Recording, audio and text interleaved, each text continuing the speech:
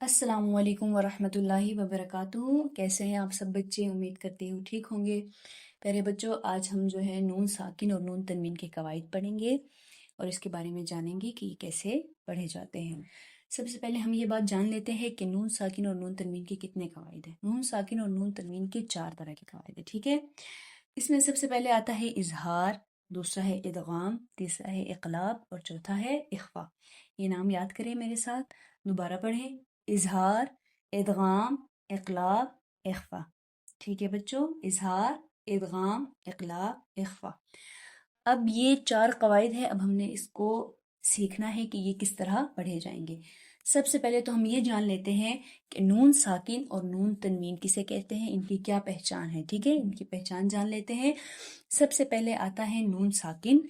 बच्चों, जिस भी नून के ऊपर ना एक छोटी सी दाल के शेप की जो चीज़ है, इसको जज़म भी कहा जाता है और साकिन भी कहा जाता है। ये जब भी आएगी तो उसको हम क्या कहेंगे, उस नून को हम नून साकिन कहेंगे। ठीक है, जैसे अन और मिन। ठीक है, अब इन दोनों में ये देखिए नून के ऊपर छोटी सी दाल आई है, जज़म आई है, इसको हम क्या कहते हैं, नून साकिन कहते हैं। दूसरा हमारे पास आता है नून तनवीन।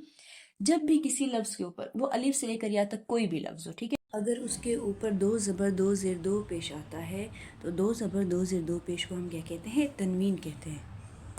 और यहाँ पे इसका जो नाम है नून तनवीन, इसको नून तनवीन इसलिए कहा गया है क्योंकि ये देखिए इसके ऊपर जो नून की आवाज़ है वो आती है, इसलिए इसको हम तनवीन कहते हैं। जिस तरह किताब बिन, आखिर में देखिए नून की आवाज़ आ रही है, इस नून की आवाज़ आने की वजह से हम इसको क्या कहते हैं, नून तनवीन कहते हैं। ठीक है बच्चों, जैसे किताबिन, किताबुन, किताबन। ठीक है, ये सारी तनवीन की मिसाल है।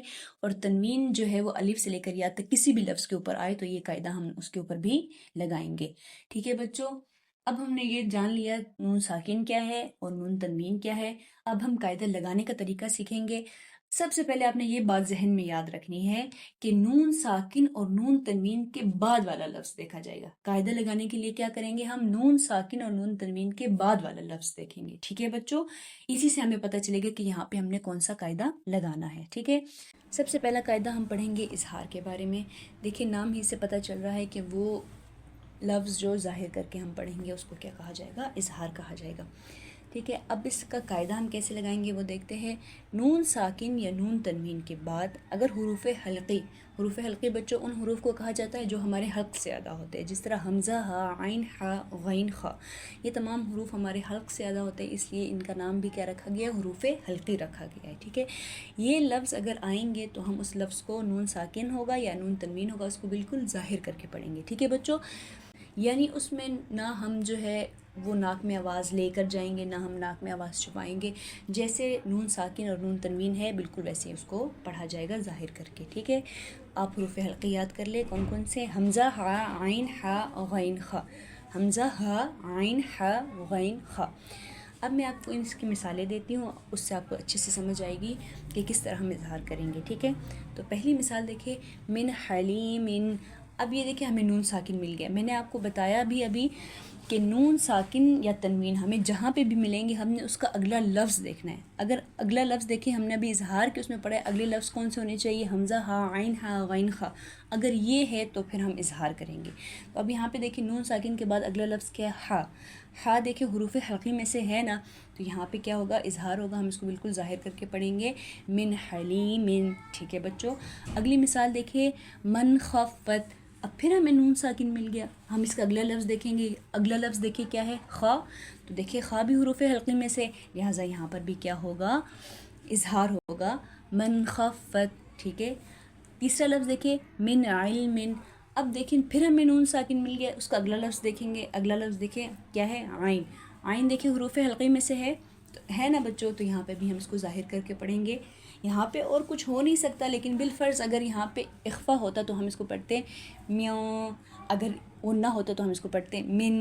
लेकिन यहाँ पे इजहार हो रहा है, क्यों, क्योंकि नून साकिन के बाद आइन का लफ्ज़ आया, तो इसको हम ज़ाहिर करके पढ़ेंगे मिन इल्मिन। ठीक है बच्चों, अब आगे हम नून तनवीन की मिसालों के साथ इसको पढ़ते हैं।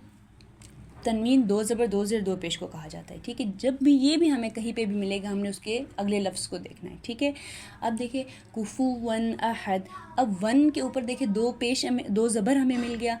अब ये 2 ज़बर تنوین میں سے ہے۔ اس کا اگلا لفظ دیکھیں گے کیا ہے، الف، اور الف کے اوپر زبر ہے۔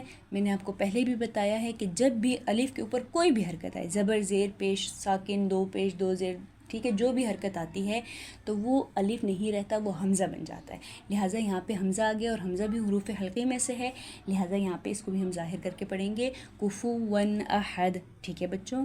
اگلی مثال دیکھیے، سمیع علیم، اس میں بھی سمیع کے اوپر دو پیش آ گیا، اگلا لفظ عین سے شروع ہوتا ہے جو کہ حروف حلقی میں سے ہے، اس لیے اس کو بھی ہم ظاہر کر کے پڑھیں گے سمیع علیم، ٹھیک ہے۔ اگلا کیا ہے، علیم خبیر، اب پھر دو پیش آیا ہے تنوین، اور اس کے بعد اگلا لفظ کیا ہے، خا، اور یہ بھی حروف حلقی میں سے ہے، لہٰذا یہاں پر بھی ہم کیا کریں گے، اظہار کریں گے۔